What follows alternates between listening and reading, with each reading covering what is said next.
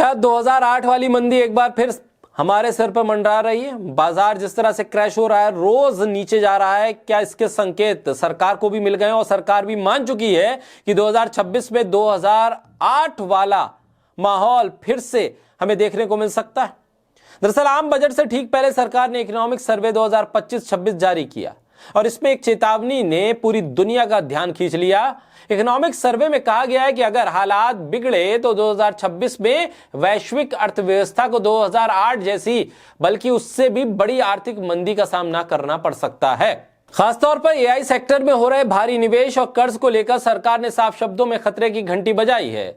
Economic survey के मुताबिक 2026 में ग्लोबल इकोनॉमी 3 अलग अलग दिशाओं में जा सकती है। पहले और सबसे बेहद बेहतर हालात वाला रास्ता यह है कि दुनिया 2025 जैसी स्थिति पर स्थिर बनी रहे, हालांकि सुरक्षा का दायरा पहले से थोड़ा कमजोर होगा।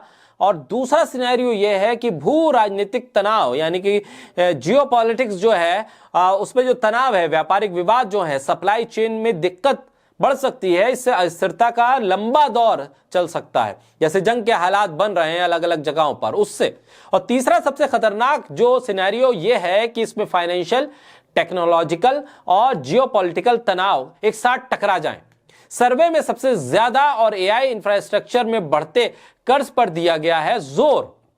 रिपोर्ट के मुताबिक टेक कंपनियों ने करीब 120 अरब डॉलर डाटा सेंटर निवेश को अपने बैलेंस शीट से बाहर रखा है। यह निवेश एसपीवीएस यानी स्पेशल पर्पस व्हीकल के जरिए किया गया है, जिसमें वॉल स्ट्रीट फंड कर रहा है। सरकार ने इसे सीधे तौर पर 2008 की सब प्राइम क्राइसिस जैसी संरचनात्मक कमजोरी से जोड़ा है। इकोनॉमिक सर्वे बताता है कि एआई से जुड़ा यह भारी निवेश बेहद आशावादी अनुमान पर टिका है, यानी बस भ्रम का जाल है।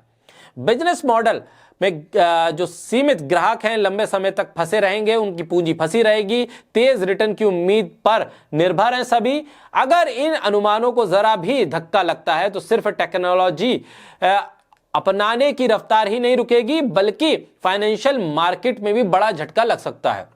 सरकार ने साफ किया है कि इस तरह के सिस्टमैटिक शॉक की संभावना अभी सिर्फ 10 से 20% है, यानी अगर ऐसा हुआ तो इसके नतीजे बेहद असमान होंगे। सर्वे में चेतावनी दी गई है कि अगर सरकार 2008 की जो ग्लोबल मंदी थी उससे भी ज्यादा खतरनाक स्थिति में पहुंचती है तो सरकार के पास क्या कुछ है यह स्पष्ट नहीं है, क्योंकि आज की दुनिया आपस में जुड़ी है, तो झटके अगर तेजी से लगेंगे तो सभी को यह महसूस होंगे। डॉक्टर रंजन इसी खबर को पोस्ट करते हुए लिखते हैं कि enjoy the Amritkaal, government itself is talking about it 2008 like financial crisis, यानी अमृतकाल में आप मजे लीजिए आर्थिक मंदी का, क्योंकि सरकार अब खुद कह रही है कि मंदी सर पर आ गई है। जो सरकार अब तक ये मानने को तैयार नहीं थी कि मंदी जैसी कोई चीज हो सकती है, फाइनेंशियल क्राइसिस जैसी कोई स्थिति बन सकती है, वो सरकार खुद कह रही है कि 2026 में हम 2008 वाली स्थिति में पहुंच सकते हैं। जो सरकार अपनी फाइनेंशियल स्टेटस, जीडीपी के तमाम गणना के आंकड़ों को बदलकर अपनी जीडीपी को बढ़ा चढ़ाकर दिखाने की कोशिश में थी, दुनिया की तीसरी चौथी अर्थव्यवस्था में पहुंचने का डंका रोज पीटती है जो सरकार, वो ये कह रही है कि क्राइसिस सर पर खड़ा है।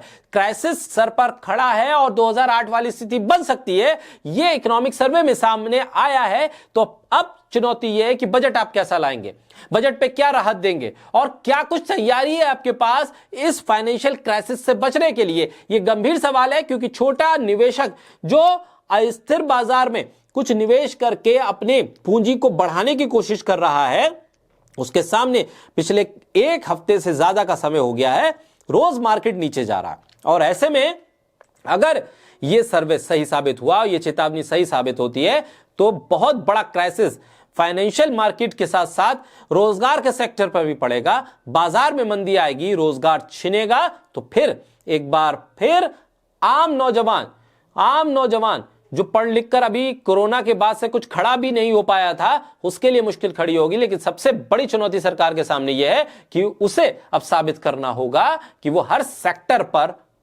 विश्व गुरु है।